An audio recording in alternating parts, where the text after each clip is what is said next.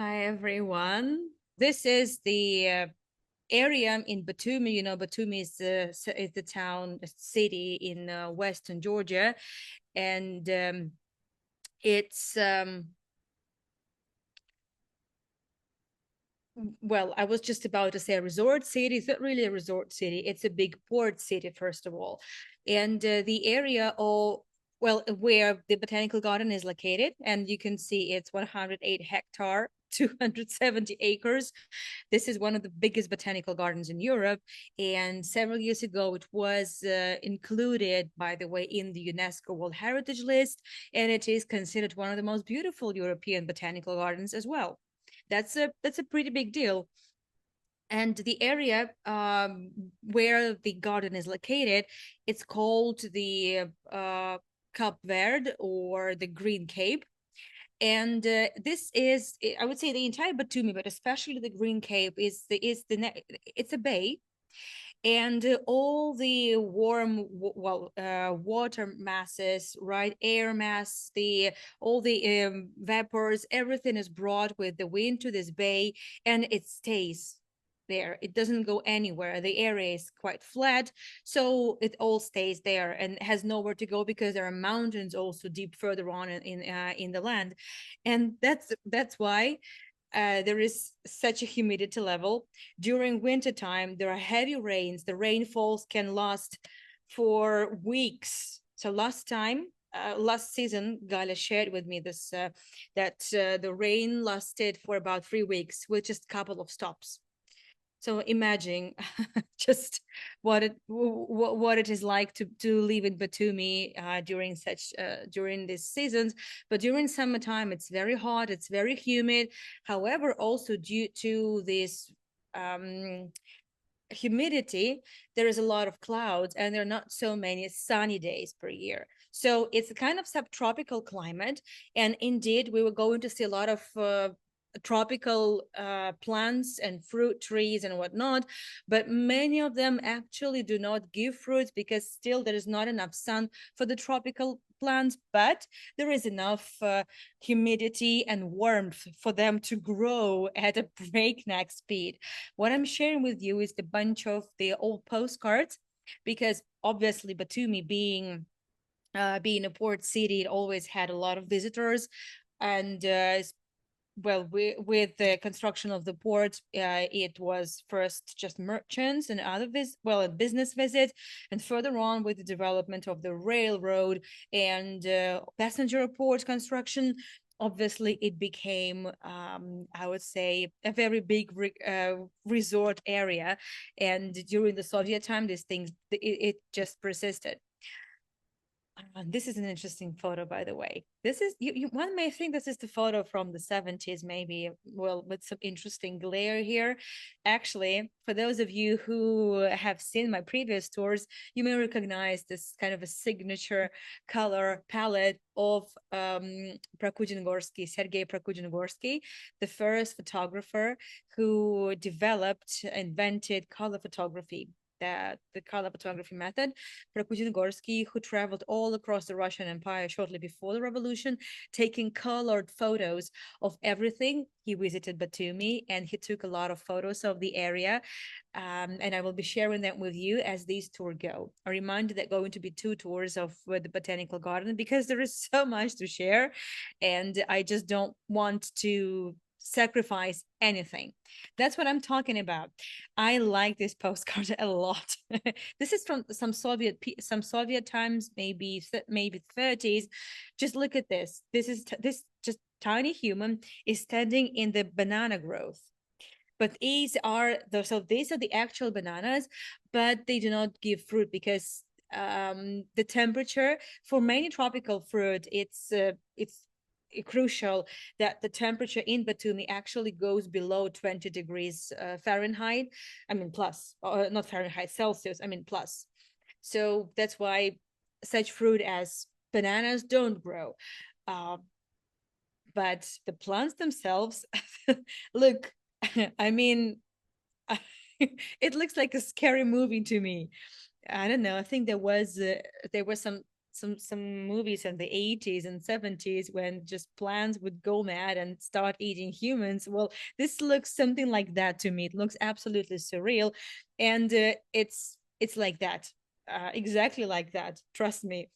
Um, with the construction of the railroad, the area of the Green Cape, right? Cape Verde, the Green Cape also started to develop, and there is a mountain, and they even for the construction of the railroad, they even managed to dig a tunnel within this mountain, and the tunnel is still functioning. And actually, it has always been well, the when the railroad was just constructed for the people who lived in that area, the train was more like an attraction. Now people go to see planes taking off and landing, or well, but back in the days, it was I would say quite a meditation like a site to see trains go back and forth.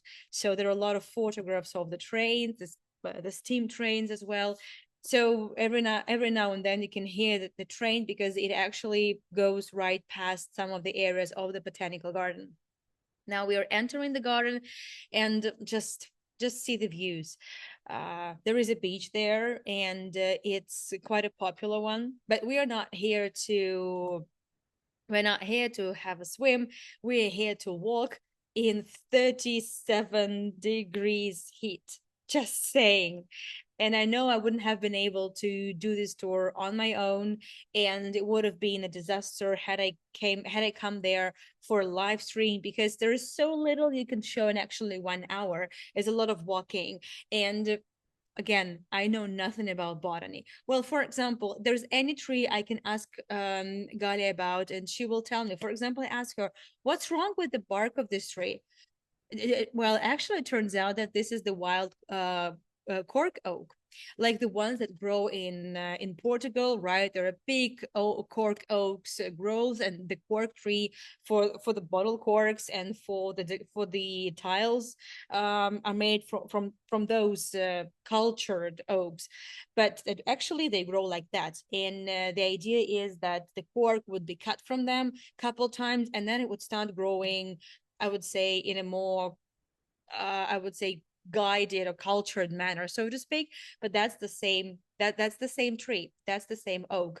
And the amazing thing, I will get down to the history of the botanical garden just in a minute, but all the trees we are going to see here are no older than 150 years old, and they are absolutely gigantic, absolutely gigantic. And you might have noticed that the tree that the oak, the cork oak, goodness gracious, it's such a tongue twister. Cork oak is all entangled with some sort of the ivy.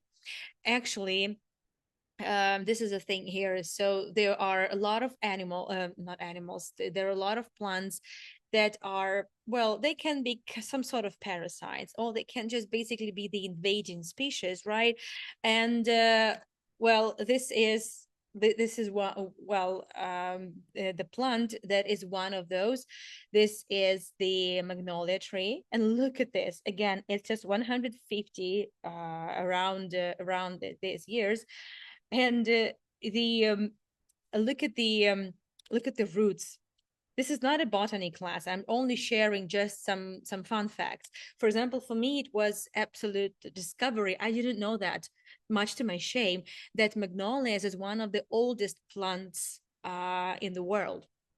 Yeah, it existed during the time of the dinosaurs, and looks like even prior to that, and it's still around. And look at all this root system. I didn't know that. I would think that the similar species or the same species would tend to grow and direct their roots towards each other, but no, they would grow towards another species again to invade and take over, well, the land, the nutrients from the soil and whatnot. And look at all that. I mean, It's just absolutely incredible. So yeah, you will see a lot of that. You will see a lot of symbiosis. You will see a lot of coexistence between different species. Sometimes you will find well, I actually saw things I haven't seen before in my life. So it looks like I'm somewhere in the rainforest, but actually I'm not in the rainforest, but I kind of am in the rainforest. So we need to get to the history of the botanical garden to understand what's actually going on here. So um, um, end of the 70s of the 19th century, 1878, Batumi becomes part of the Russian Empire. Prior to that, for several hundreds of years, it was the territory under the Ottomans. And one of the conditions for this land to be given to the Russian Empire after one of the Russian-Turkish wars is the construction of the port, but Porto Franco, duty-free port. And for several years, it would be like that. The port would be constructed, and Batumi would all of a sudden become one of those, kind of the um, mm,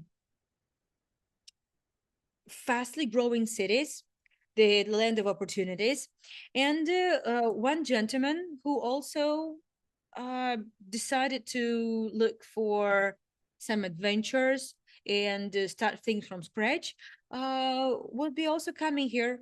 By the railroad, the railroad would be constructed by that time. So he came in mid 1880s, and he wasn't just an average man. He was an aristocrat, Michel de Alphonse. There's only one photo that have been discovered actually quite recently. For a long time, there was absolutely no information about this man. And during the Soviet period, the botanical garden was incredibly popular among the tourists because in the Soviet time, Batumi was a big resort area.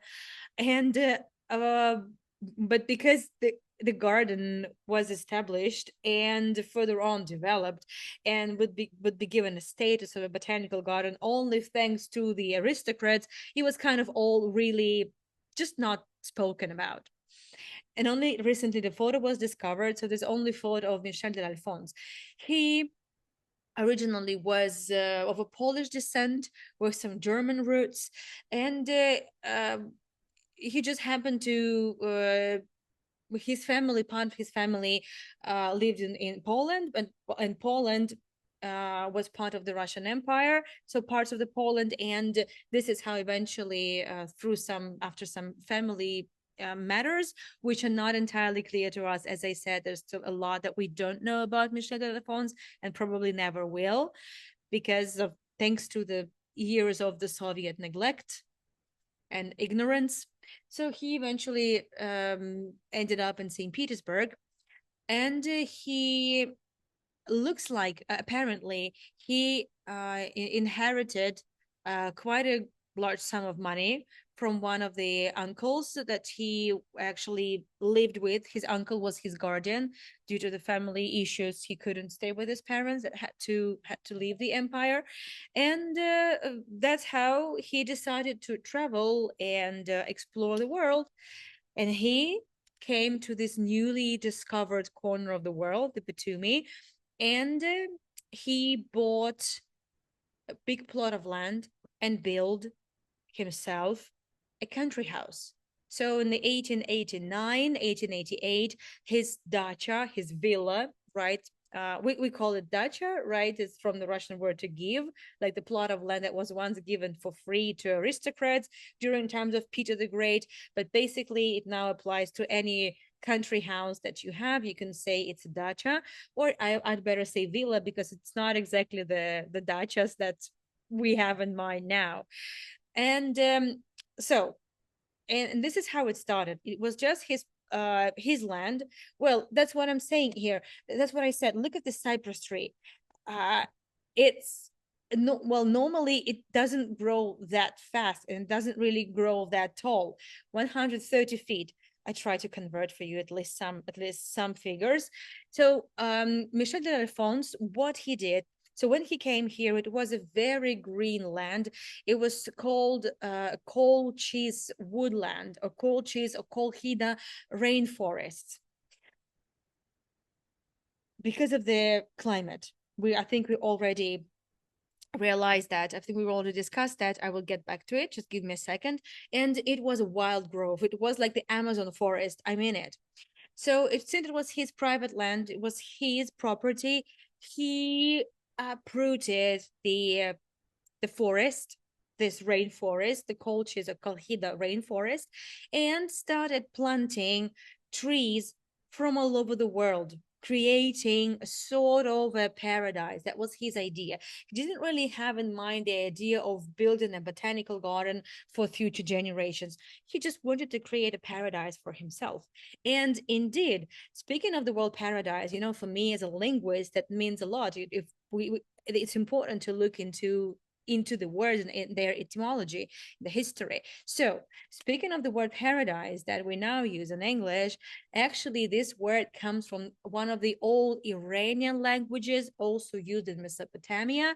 So, it's kind of the enclosed place, right? And garden is kind of the place that we surround with some sort of walls or fence and whatnot. And then when coming to the old ancient Greek through Old Persian, this word somehow changed its meaning and it started to use a kind of a luxurious guarded place and mostly a garden. And then uh, through Hebrew, by the way, into Latin, it came as paradise, originally referring to a luxurious garden, well, fenced, somehow guarded garden. So, yeah, so paradise, heaven, garden, it's one and the same thing. So that's why the Garden of Eden are actually gardens of paradise, actually paradise. So that's the thing. And he things were going very well for Michel de l'Alphonse. And the people of Batumi, the government, well, they was contacted him and asked him to also work to develop the territories of Batumi, the promenade. We walked along that promenade. Unfortunately, it's not as green as it used to be. But Michel de l'Alphonse, uh, the question is, was he paid for it? Yes. Where did he have the money to buy all sorts of plants, all different species of plants from all over the world? We don't know. So apparently he had inherited some good money from his uncle, but we don't really have a solid information about that. And this work for we the development and the beautification of the embankment, the Batumi Promenade. He was paid for it, but he worked only for his own pleasure. And for about 10 years, things were doing very well. Everything, it's like he had a green thumb. Everything that he planted would grow and it would look beautiful. He had the eye clearly. He had definitely flair for some landscape design. Well, these are just I think these photos speak for themselves, right? They do. So, and then something happened. Just we it's a big mystery what actually happened. Nobody knows. Galya doesn't know. The books don't know. I asked. I checked different sources. Just all of a sudden, the plants, the flowers on the promenade, just would stop being attended at all, and they would start dying, and the same would be happening here. At that point, it was not a botanical garden yet. It didn't have the status of the botanical garden. People would be admitted here, people could walk here, but it didn't have the status of a botanical garden yet. And uh, plants would start to, well, fall ill, would have different bugs and viruses and pests, and he was sacked from the work. Well, as the chief designer of the promenade and landscape designer and the garden of the promenade, he was sacked from the work. He went to Russia. He went to St. Petersburg, where he met his wife. She was much younger than he. She was about 23. She was a student and the graduate of the Smolny Institute for the Noble Girls. So she came here. They started living together happily, but not really ever after, because 7 months after that, he passed away. Well, apparently he suffered from tuberculosis, like many did at that time. And this could be the reason his health deterioration affected what was happening in the garden. But it's only a suggestion, it's only my version of it. So where are we now? So this is the area next to the big house that he built for himself. So this is the villa, the country house, the dacha, but I would say the villa that Michel de Alphonse built for himself. And that's also where he lived together with his wife. We don't know whether they have children. Well, they didn't have children, obviously, but we don't know whether he had any other wives before. No idea. Apparently, he did not. Some people claim that this daughter could have been his, well, this girl could have been his daughter. There's no information about that. So apparently, no. And the thing is that the so when he passed away, his wife found another husband. He would be staying here in the same villa, and in many documents and many sources, this villa actually is named the um what is the name? Well, not Delphon, not Villa of Delphons. It's named after the second husband of his wife, unfortunately. And this area it looks quite nice. There is this lovely pond, tiny pond, and some lilies and some other flowers. But unfortunately, the villa is in a very bad condition. We know, I know, we know, we appreciate all sort of dilapidated houses if with history, and we appreciate and we see what it used to be. We see the history and legacy other than the destruction, but it's still very sad. By the way, also, just by the by, this Crinum amabile, the poison bulb, this is one of those plants with the nectar and the substance, well, the chemicals from which, like the juices of which, would be used uh, to smother the spikes and all sorts of swords. This would work in Latin America, in Asia. There are different kinds of such flowers found all over the world. So this is poisonous, quite a poisonous plant. It's not deadly poisonous, but it's, well, once it touches your skin, it might give you some hard time. But well, not your skin, but if it gets under your skin, so it had to be an open wound or a cut or something.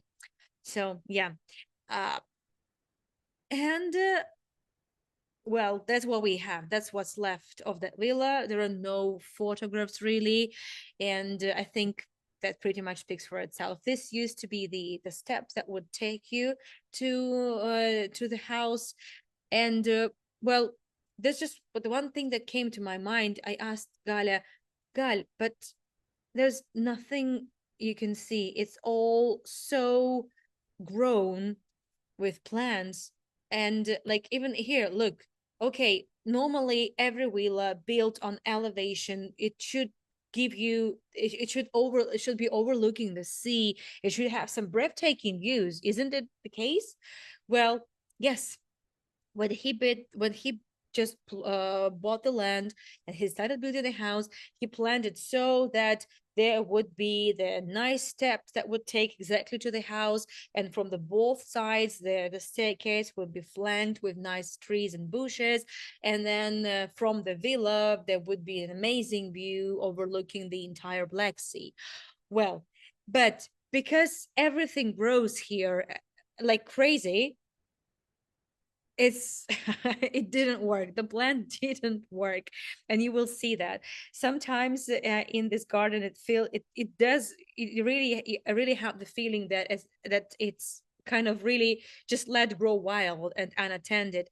That's actually not the case. There is a lot of effort, a lot of money, and a lot of human resource just directed at maintaining it and making sure that that the roads and paths are not grown completely with some creeping species or magnolia or whatnot. Actually, it's just because everything grows here all year round, by the way. So that's just how it goes.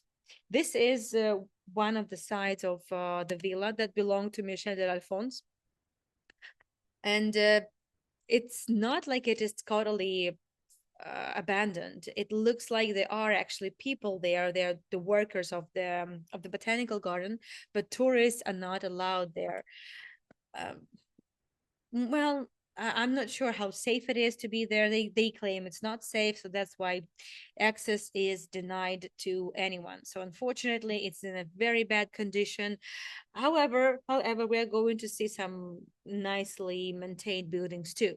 There's going to be some architecture here. These are kiwi trees, by the way, and in a month or so, they will be nice and ripe and ready to be enjoyed.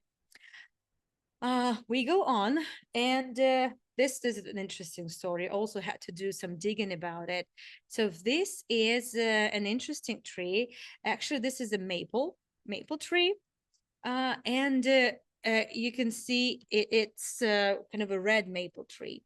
It's red because of the colors of the leaves. Well, they start as red, and then they green, and then they red again, and this maple tree is widespread in Japan. And in Japan, you know how much importance is given to different trees and blossomings, and the calendars, or well, they like every day, almost like every day on the calendar is about some sort of plants. And there are so many blossoming seasons, and it's a big deal for the Japanese and Japanese culture. So there is a time in Japanese calendar. It's called Momijigari, which actually means admiring these red maples, just like that. And it's November. It's around November, and the botanical garden is quite popular among bird watchers, and well, they have those who want to see different plants blossoming depending on the season. So I had no idea of that. And so these leaves would become red by November, and during the summertime they are green. I have no idea how it happens and why. I don't know.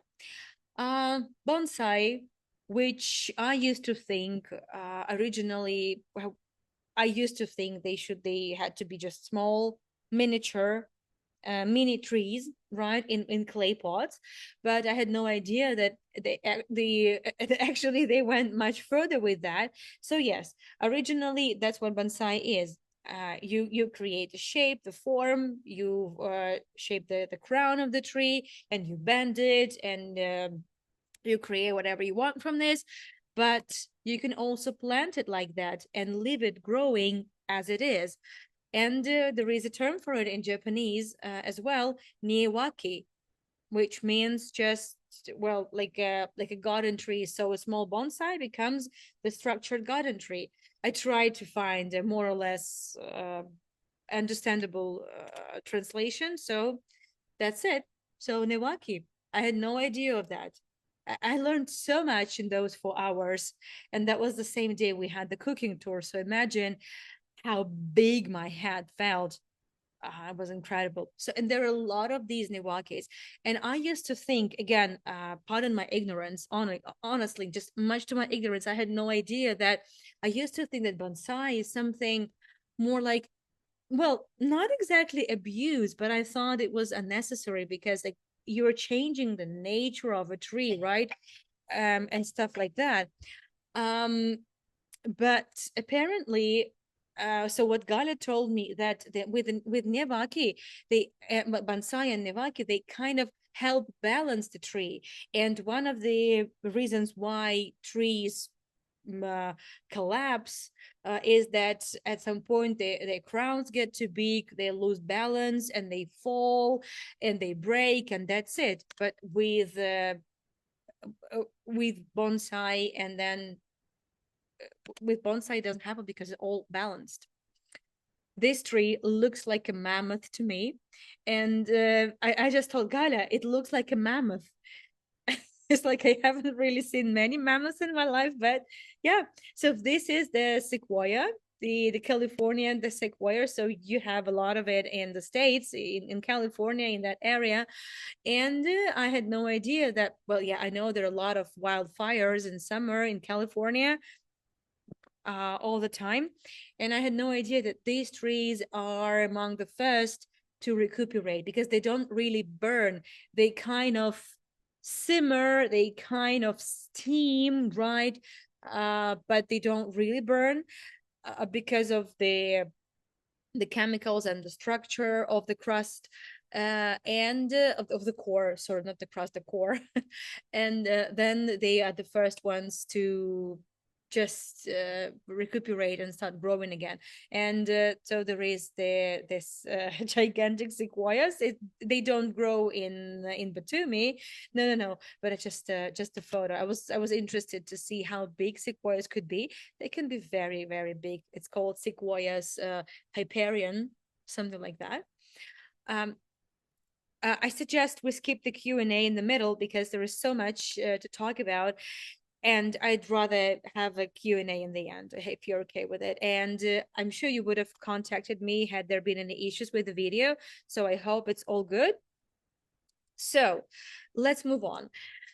Because of this climate, and this very specific microclimate as well, with the heavy humidity and high temperatures, the this is like the branching out is a very common phenomenon, that trees actually give several branches and branches grow like from the root, uh, and then they start growing together. So this is exactly what is quite widespread here. Just look at this tree, the same story here. So the branches started to go right from the root, just like another trunk of the tree, and then they would just go around one another, and at some point they would just grow together. But it looks quite epic. I've never seen anything like this, so it's quite a unique place, honestly. Honestly, and more of this. At some point, it should grow together. And I remind you, it's not hundreds of years, it's like 150 years maximum. Well, I'm saying 150 years maximum because, again, end of the 1880s, that's when the garden was open. And obviously, some species would be quite old, but they wouldn't be centuries old when they would be delivered to Batumi from all over the world. So we just, let's say, give or take, roughly 50 years plus minus. Well, that's just I would say, my guesstimates here. And the views, right? So I could not but film the views, which are incredible.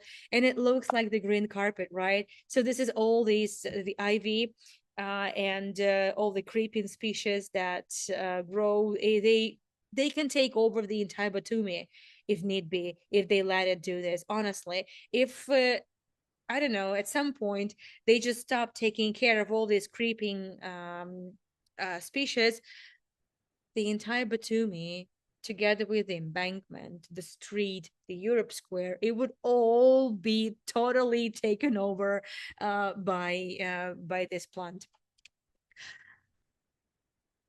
So this is the zip line. It's a short one, honestly. Basically, well, again, this is approximately the same view. And at that point, back 100 years ago, these photos were taken 1912, 1914. Well, you can see it's still not that wild grove here. You see that it's not really that wild, but things are quite different now. So the zip line is quite short, and it looks quite enjoyable. Actually, it was such a hot day, and being there, it was quite refreshing, I'm pretty sure. And Gaila told me that right now they are about to stop, and they would not really make it to the other side. and they had to be, and there would be a guy that would have to come and pick them up from there on the on windy days. That's sometimes quite challenging, and they had to be hand pulled to the other side. uh, it's not dangerous, it's okay, and again, it's quite refreshing, so I really wouldn't mind just hanging over there for a while. Maybe next time I go to Batumi, I well enjoy the zip line ride, and they might even take you along, but that's not going to happen this season for sure. Yeah, and that's it. So people are warned about it, everyone is informed, so there haven't really been any issues. And as I said, the zip line is very, very short. Another character, another important figure to talk about would be Pavel Tatarinov. This is the photo taken in St. Petersburg in 1880. So he started in St. Petersburg. Originally, he was from Ukraine, and Pavel Tatarinov, again. So there was something in Batumi that kind of felt the lost corner of the world, kind of, and there are a lot of characters, a lot of people that are remembered in history that they just all of a sudden decided to leave behind their past and start things from scratch here. So Pavel Tatarinov, he was um he was never really interested in plants, in botany. Well, maybe not as bad as me, because I would like to I just need to confess that when I was a teenager, I forgot to water the plants when my mom was away. I just totally just forgot. We had plants, so that's how ignorant I was. I'm not like this anymore, but when I was a teenager, I couldn't care less about plants. I just forgot about them. Yeah, so unfortunately, some plants indeed die under my well guard, but this wouldn't happen again.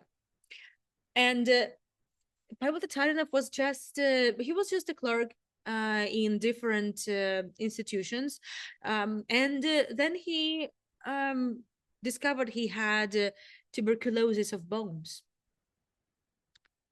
and the doctors recommended him to change the climate, like completely change it, and the change of settings. So he chose the Sukhumi first, um, and well, that's Abkhazia, right? It's not territory of Georgia, but it's a former territory of Georgia, and also used to be part of the Russian Empire and the Soviet Union.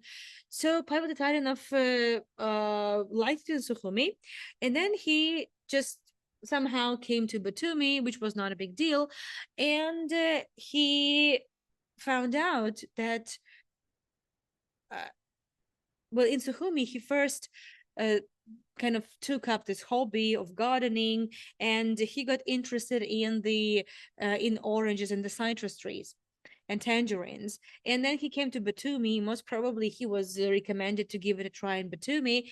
And in Batumi, he actually succeeded a lot in growing tangerines, in selection, and he that's how he was hired, and he became the head of well one of the heads of the with the heads of one of the departments of the botanical garden, and then he became the head of the botanical garden. This is the photo of him together with the workers of the garden.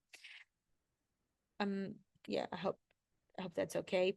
And now we are looking at the tangerine growth.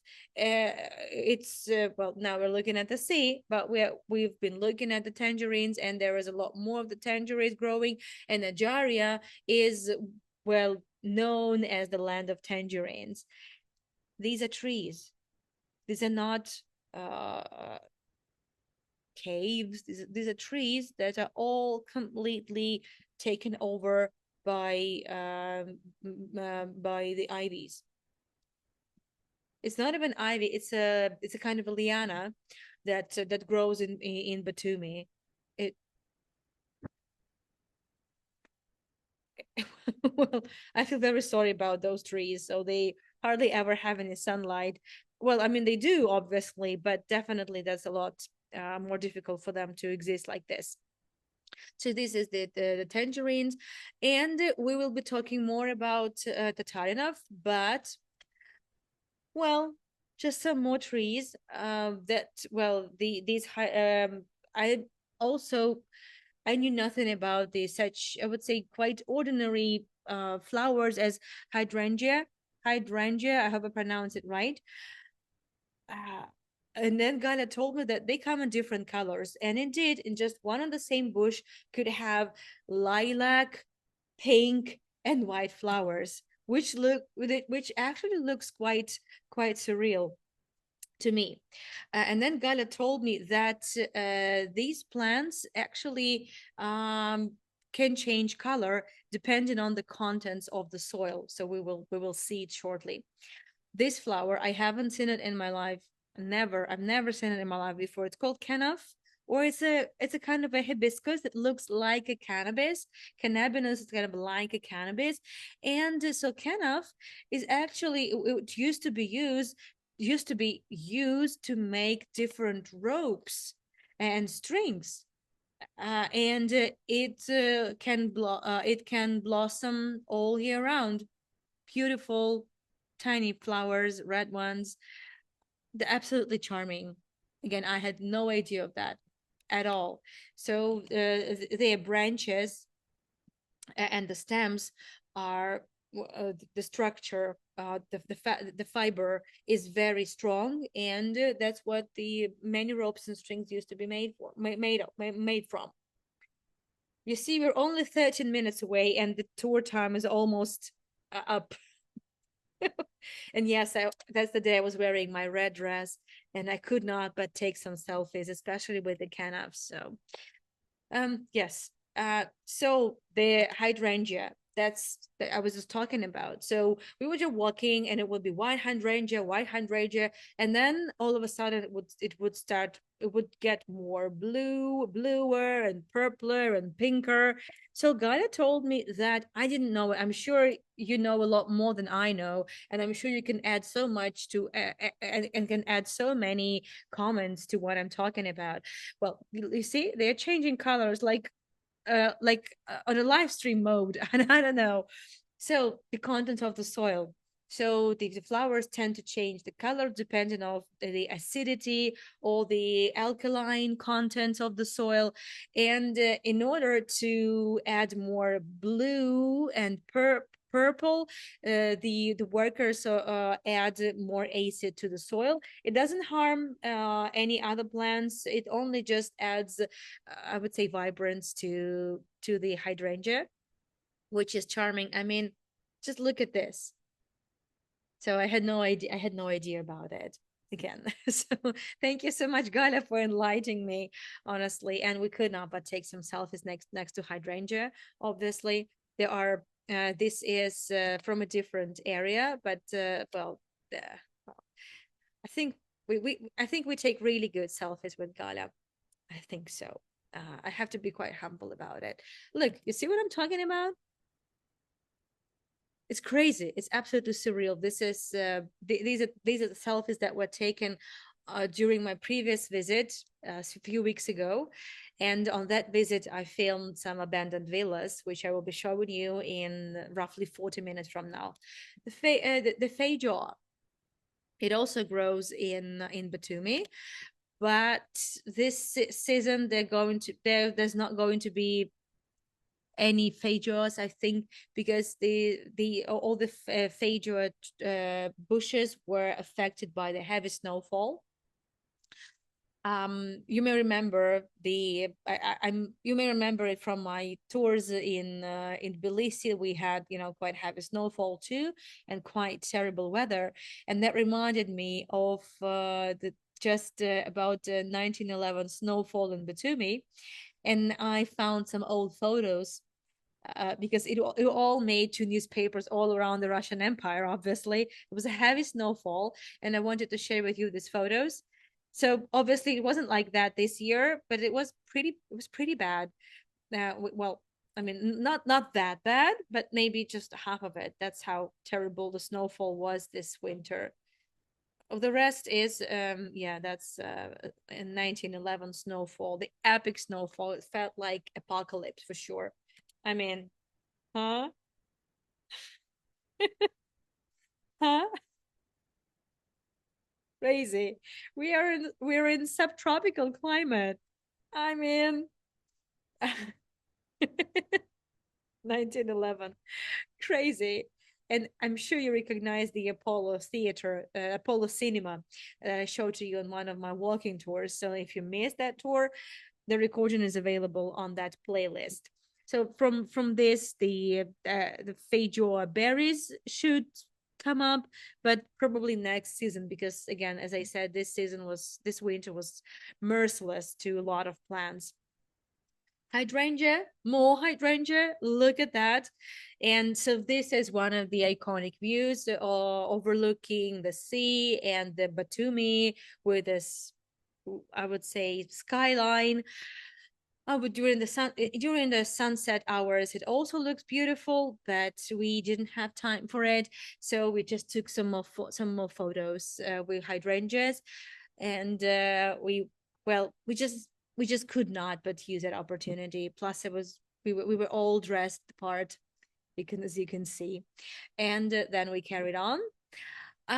There are, I would say, there's a lot of walking, and in fact, so let me tell you, this is like 15 minutes, almost 16 minutes of the video, but in fact, it's almost 2 hours of walking. Okay, let's say 90 minutes of walking. So imagine how little I would have been able to show you on one live stream. Or it could have been the longest live stream I've ever done in my life. Luckily, I didn't go for it. Imagine what would happen to me in my phone under the heat. So, well, begonias. I know begonias. I probably would never recognize them, but I know begonias.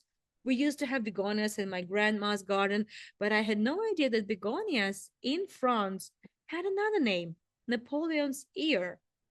They kind of look like ear, maybe. I don't know, ask the French, but there's an interesting history behind it that goes back to 1812 when Napoleon invaded Moscow, when Napoleon's army was freezing to death.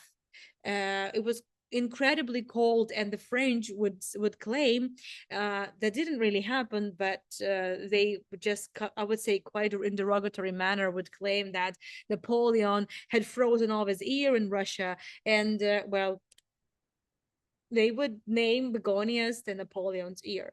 I had no idea of that, so Gala shared it with me. And I did look it up, and yeah, well, apparently that's only the French thing. So Russians don't say this.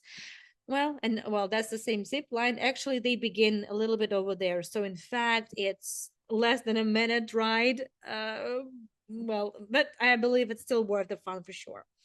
And probably the last thing to show, I know we haven't had the Q&A yet, but we've seen the old dacha of Michel Delfont, so the founder of the garden. And by the way, it's much later when the botanical garden would get the official status. So it's much later, not at that point yet. But nevertheless, so I would like to show you one more dacha, but on our way is eucalyptus. And I cannot but share with you the story. So there are a lot of eucalyptus that will be planted here because the oils, the essence oils, and the other chemicals that will be produced by eucalyptus helped clean the air, and that was kind of one of the, I would say, methods to to clean the air because of malaria. Obviously, that didn't find the bacterium, right, that caused malaria. For a long time, it was this misconception that malaria, and actually the explanation is even in the name, again, in the etymology. Malaria comes from malo, bad air. right? So the people used to think that malaria came from the bad air, but actually, no, it was the bacteria, right? But it just hadn't been discovered at that point. End of the second half of the 19th century, and eucalyptus indeed were very good in cleaning the air. So there were a lot of eucalyptus grown all around Batumi, and again they grew very quickly. So there another villa which is now used as the office, as the head office of the botanical garden. Actually, it looked like that. The photo is taken from somewhere else, from above, and that's the photo before the restoration. 1902, that's the date. So well, that's I liked it better with the previous design, right? Without the plaster, with the stones showing up. Well, nevertheless, so this was used as the main. It was both villa, kind of a dacha, uh, and it was also used as a laboratory, as the classes for and well, offices for the workers of the botanical garden. And now I asked Gala if there is a museum of any sort. No, unfortunately not. And this was the office of Tatarinov. And since he became the head of the botanical garden, so he both lived here and had his office, and that's where a lot of training would be, because the botanical garden became also the big educational facility, so to speak, the research area. Okay, so it was a good idea to break it into parts. The chat is on. Um, Actually, I was hoping to go faster than that, but you see, there is so much I want to share with you. So I'm sorry. I hope next time I'll be able to cover the rest of the video. I will try very hard. And while I'm waiting for your questions coming, let me share with you the links. So in 30 minutes from now, I will be giving a tour on the hidden villas and also abandoned villas and hidden lobbies of Batumi. Let me check if the chat is actually on. Yeah, it's on. Very good. In the meantime, I'm sharing the links once again for the Batumi playlist and the upcoming tours for tonight. After my uh, tour on the villas and lobbies, Misha immediately will take over with his talk on the life of the Soviet elites. And then after 1 hour, I will be taking you to Jerusalem for a premiere of a tour of the walk on the ramparts of the old city walls. Yeah, there's gonna be a lot of new things, a lot of new sites, and well, I believe it's a very special day for Jerusalem tour. Well, I will explain more when the tour begins. And some tours for the upcoming weekend are already up, including the second episode of the Botanical Garden tour and some others, including the Jerusalem. And we are heading to Peter and Paul Fortress, to Peter and Paul Cathedral to see where all the Romanovs are buried. So these tours are already there. More tours will be scheduled shortly. And for all those who missed yesterday tours, all the recordings I have been able to upload, and they are now available on my YouTube channel. I'm a little bit concerned. I don't see any questions coming in. I just hope that the video was okay. Please let me know if you had any glare. For some reason, I couldn't launch the video in the new way I've been doing this for past couple of weeks. So I did it the old way, and I'm just concerned whether you had a glare or anything. Please let me know. And for all those who joined us a little bit after, thank you so much for joining. Oh, good. You watched it. It was all good. It was all fine. Goodness, and no glare. Oh, thank you. That's such a relief. Oh my God, this is really, really unique. Many thanks to you and Gala. Yes, well, I'm going to take the photo of that and send it to Gala. So she really really enjoyed the live stream that we did together, and we could even throw some other live streams at some point. For some reason my phone is not willing to take photos, which is really, oh yeah, that's okay. I just I just had to be nice and gentle to my phone. In the US, we have a vine called kudzu that can grow 12 inches in a day. Needless to say, it is very invasive. Indeed. Wow. 12 inches. I need to ask Galya what is exactly this invasive species vine. I'm not sure. But yeah, it's not unique. It's not even endemic.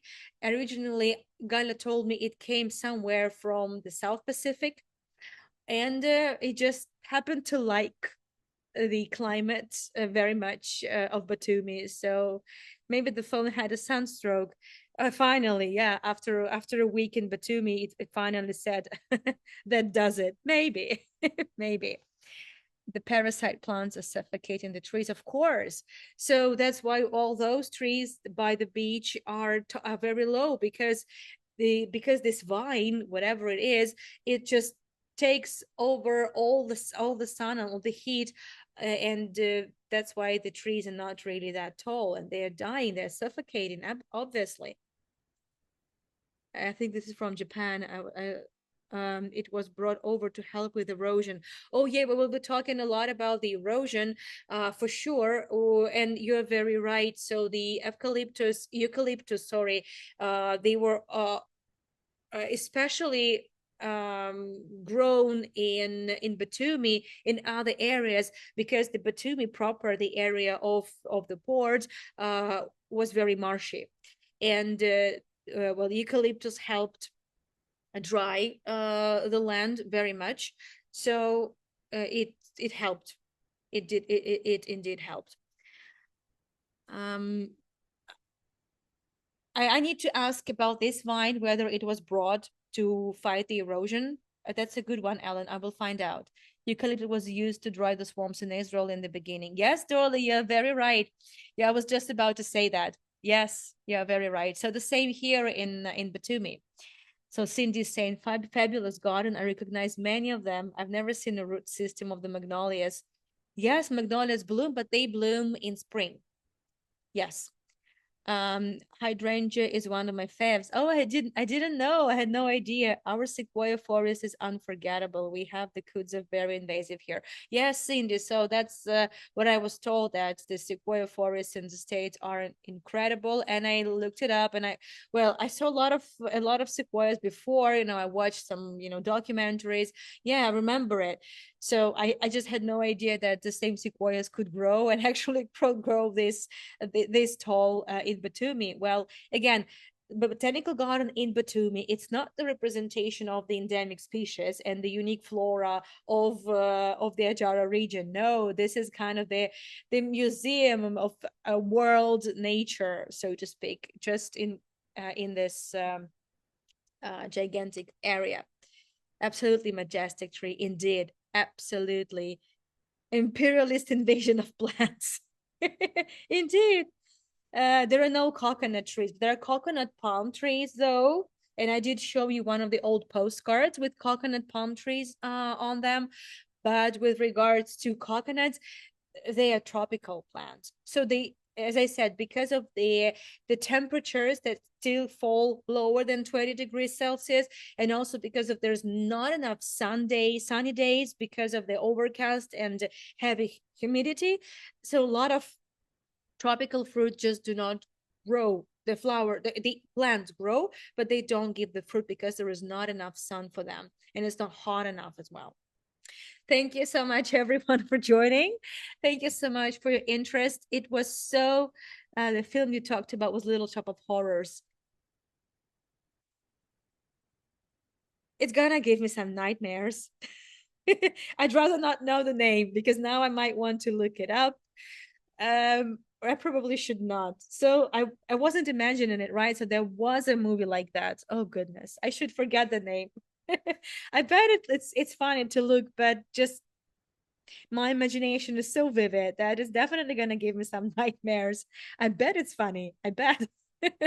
I don't know whether I really want to rewatch it at some point. We'll see. Thank you so much, everyone, for joining. I was so worried about this tour. I was so nervous because I thought I would forget something. Because again, this is not my strongest suit, and everything about plants and botany is, I know nothing about it. But now I know something, and I might even remember something. Let's just wait for it to sink in. Thank you so much, Galya. Thank you for your interest and your patience. And I will see you in 20 minutes from now. And thank you for your support. There are PayPal links, there is a Buy Me a Coffee link, and I'll see you on the next tour in Batumi. There's going to be less of botany and more of architecture and some stories of the past glory. Bye bye. I'll see you soon.